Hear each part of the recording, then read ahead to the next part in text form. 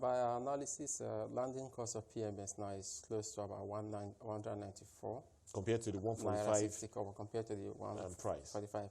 You will also want to even compare it to the 133.28, which is supposed to be the ex-depot prices to oil marketers. So that's a large gap of deficit. So if we wanted to price this right, we should really be selling at well over 200 if you want naira at well over 200 naira. By the time you add the other margins, retailers' margins and the like, so you should be selling at well over 200. But just a quick point to clarify, does that, your analysis, assume the 305 rates or the 360 rate? Because that's we have quite a few rates in the market now. We're assuming the 305 rates, the official rates. So really, if we use what appears to be the real rate, somewhere closer to 360, it's even more expensive. It's even more expensive. Wow. So these dynamics have been on play for quite a while. The price modulation was introduced in the first half of 2016. But then when it was introduced, the reference FX rate was about 285 to the dollars. And then crude prices were way lower.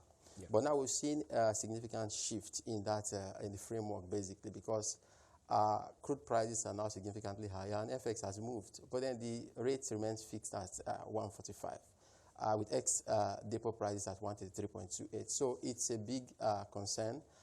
It's a concern on the NNPC. They've been reporting significant deficit, and that deficit will only get larger as the impact of increases in global crude prices continues to force landing cost of PMS higher. And you also want to look at the latest petroleum imports data. You discover that importation of petroleum products is gradually slowing. The Q2 so potentially we could have a shortage coming. Yeah, potentially there could be a shortage because whether I like it or not, it's a burden that is growing on the NNPC.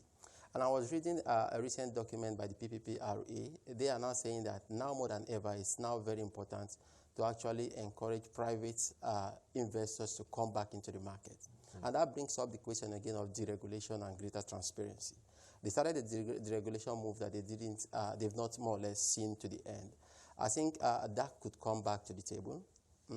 Or then you can have some sort of a price adjustment as an alternative to that. Maybe raise the price of PMS up. But you don't see that happening in the near term because of the elections, of course. You know how it goes in the country. So maybe post-election, there may be discussions around that. Right. But Philip, obviously, we're talking about 5 months out, at least. And some may even argue that they may want to hold on till May 29. But my thought is the growing burden on the NNPC, fiscal authorities in general, of filling that gap by deciding not to allow the price to move. I wonder what will be left to spend on other things if we continue to fill the gap over the next couple of months. Can you just help us appreciate, I don't know to what extent you've analyzed what the burden is on the NNPC monthly as we continue to... per litre, the burden in terms of the subsidy payment is about 60 naira per litre. So we also estimate that if prices of crude oil actually goes up to about $89 per barrel, that burden could expand to something close to 80 naira per litre. Then when you talk about crude oil prices of about $100, that burden could go close to 90. So potentially talking about maybe it's even $1 trillion naira. So it's a significant burden. By the time you factor the fact that for PMS, for instance, we need about an average of 45 million litres per day. Right. So if you put that in context, you see that it's a significant amount we're talking about. We're talking about something that has been dragging the NNPC into deficits for a long time now. And even when crude prices were at $65 per barrel, the deficit was huge. But now we are seeing crude prices in excess of $80 per barrel. So that is a concern on the NNPC. And sooner rather than later, they may more or less start up the discussions again. The discussions will only get intense as crude prices increase. But then prior to now, the government have actually suggested through its agencies 3 options for consideration. One is some sort of FX concession. By FX concession is saying that, okay, maybe they which we already have. Which we already have, yeah, ideally. So maybe special window for private oil importers, yes, or some sort of a tax concession, more or less to offset their taxes with whatever they spend on importation, or allow food regulation, which was what they started in 2016, but have not seen through so far. So those are the options on play on ground. And it's important to know that these difficulties or issues have been affecting oil marketers for a long time. I think I was going through the results of Total and Mobil. Yes, over H118, the results looked decent. They were able to manage costs, and for Total, there was lower effective taxes, so earnings was up.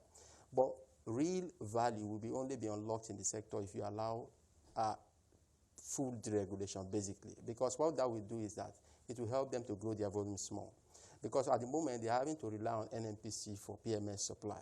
So that more or less limits your ability to push up your volumes internally. So you have to rely. So because there is this implied rationing when the NNPC is the sole distributor, importer and distributor of PMS. Yes. So that has been a big issue. So the FX issue is a big issue.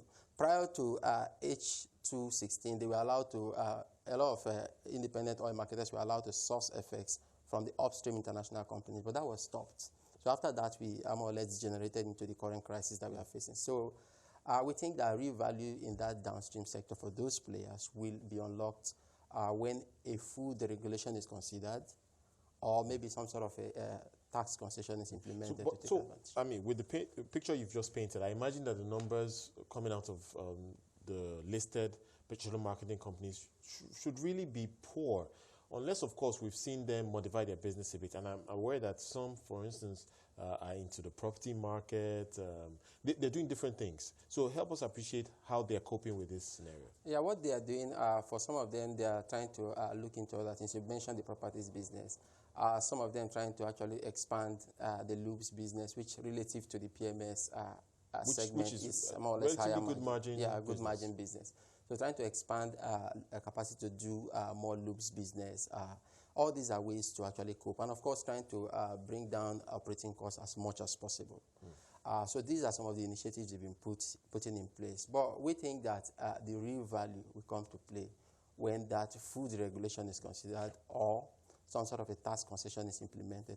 But while we wait for that, are there any of those companies that you say are in really dire straits? Should we be a bit concerned about their solvency? Because I just imagine that if you're in a business where so much is regulated and you simply have to wait until the NNPC provides you supply of products, it's certainly not sustainable, especially when you have a high cost base. Yeah, absolutely. For the downstream space, what you see is a few big players who have very good potentials, maybe because of their better logistic platforms, because they have greater distribution networks.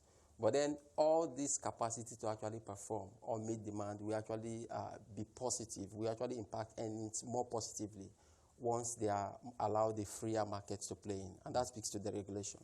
But for the oil and gas space on a broad note, we actually like Seplat. We're sitting comfortably at because that's upstream, obviously. Upstream. So one man's meat, another man's poison. Crude prices going up, Seplat happy, production doing well. While the downstream guys are having to actually contend with the more or less the second order effect of a higher PMS landing costs. Basically. Right. Well, Philip, thanks so much for sharing your perspective on this important story. Philip